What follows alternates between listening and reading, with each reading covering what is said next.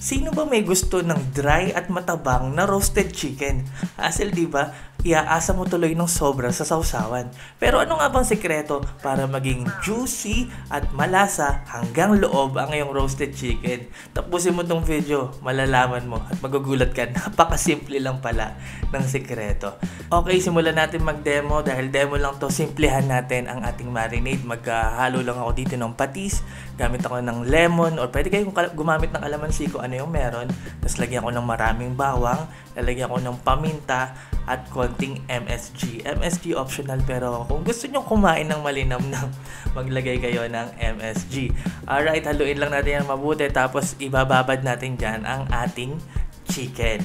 Alright, babad lang natin yan ng 1 oras tapos i-flip natin yan halfway. Yes, 1 oras lang, hindi na overnight kasi nga dahil yan sa sikretong ibubulgar natin mamaya, di ba? Para hindi na natin kailangan magbabad ng matagal.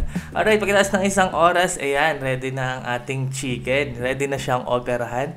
Yung marinade, yung pinagbabaran, ayan, salain lang natin. Kasi gagamit tayo dito ng injection. Ayan, marinade injector. Ayan, ang ganda ng quality niyan. Bakal yung needle. May nabili kasi ako dati niyan, plastic yung needle. Ang hirap itusok.